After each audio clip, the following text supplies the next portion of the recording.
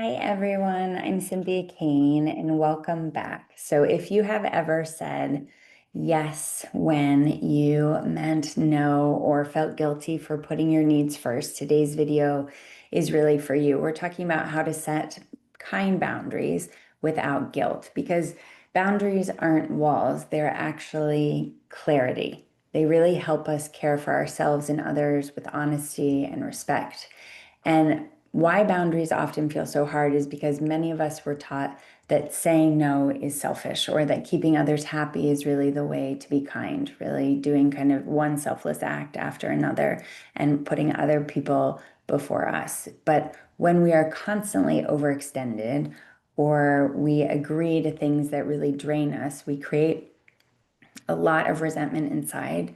And resentment is what actually causes a lot of hurt connection, right? It doesn't create the closeness that we're after, because what happens with resentment is that it just keeps getting pushed down, and then it ends up coming out in passive aggressive quips or lashing out or frustration, and that can really hurt our connections, right?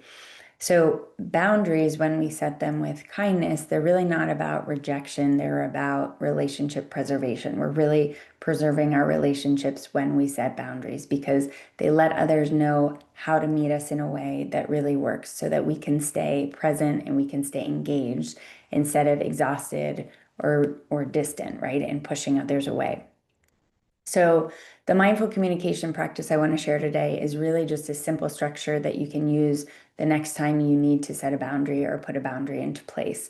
And I call it pause, clarify, and communicate. So, the first thing that you're going to do is you're going to start to notice that sensation in the body of discomfort. So it might be that your jaw is clenched, or your mouth gets dry, or your heart starts beating faster, or you start noticing kind of like that queasy feeling in your stomach.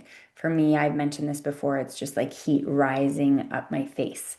Um, when you notice that discomfort, when you notice that sensation, you're going to take a breath. You're just going to take an inhale and an exhale.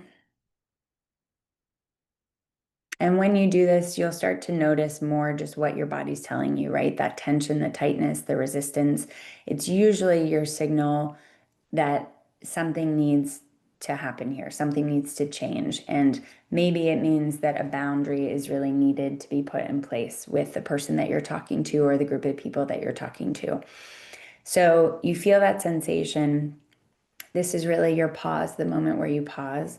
And in that pause, you're going to clarify, which means you're going to ask yourself, what do I need right now to feel at ease and supported? Because oftentimes we go into things pretty quickly and we don't even know what it is that we want or what it is that we need. And then we have a really hard time communicating it. So we first have to get really clear on what is it that we need from the other person or group of people to help us feel supported and at ease in this moment. What is the actual boundary we need to ask for, right? What do we need to request? And then the third piece is actually being able to communicate it. So when we communicate it, we want to state it really clearly, and we want to state it concisely, and we want to state it kindly. We're not over explaining, we're not apologizing, we're not adding any extras here. It really is like if you go to an ice cream shop and you order ice cream and you order chocolate ice cream, we're just looking for the chocolate ice cream. We're not looking for the whipped cream or the sprinkles or the cherries on the top or the hot fudge. We're really just looking for the base, right? Like the foundation. We're going to just state it really clearly. We're not adding any extras or toppings. So, for example, what that could look like is instead of saying, I'm sorry, I just can't right now, we're going to try something like, I really appreciate you asking, and I don't have the space for that this week. Okay, there's a real difference. We're taking ownership here instead of apologizing and feeling bad for what we're unable to do.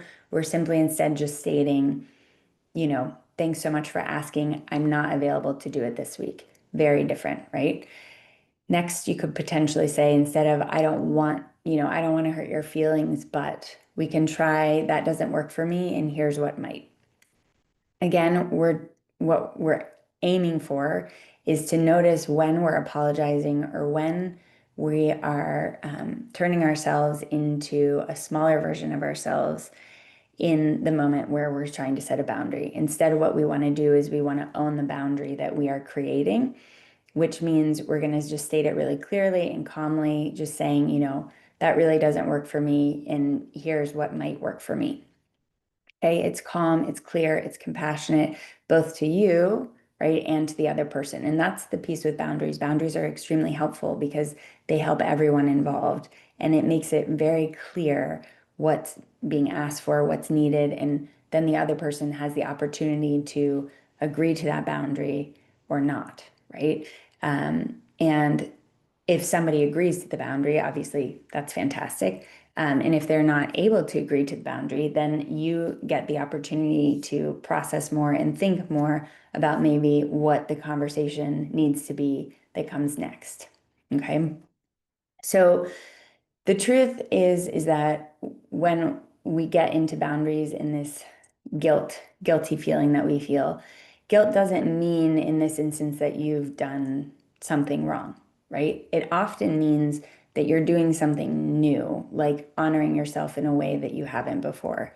So boundaries are a form of care. They're not cruelty, and they really allow your yes to mean yes and your no to mean no, which creates trust and safety in every relationship. So this week, practice, pause, clarify, communicate, choose one small area, maybe for, a request at work or in a family conversation, or just try setting, your boundary with, smaller moments throughout the day. Okay. Doing so with calm and with kindness. Just notice how it feels in your body afterwards.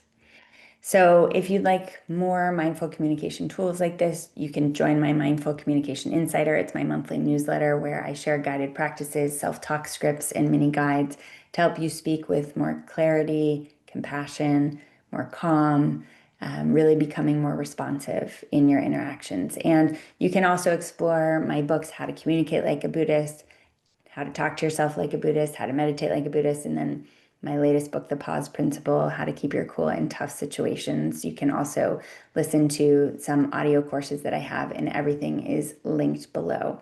Thank you for watching, and I will see you next week for our final November practice. All right, I'll talk with you then.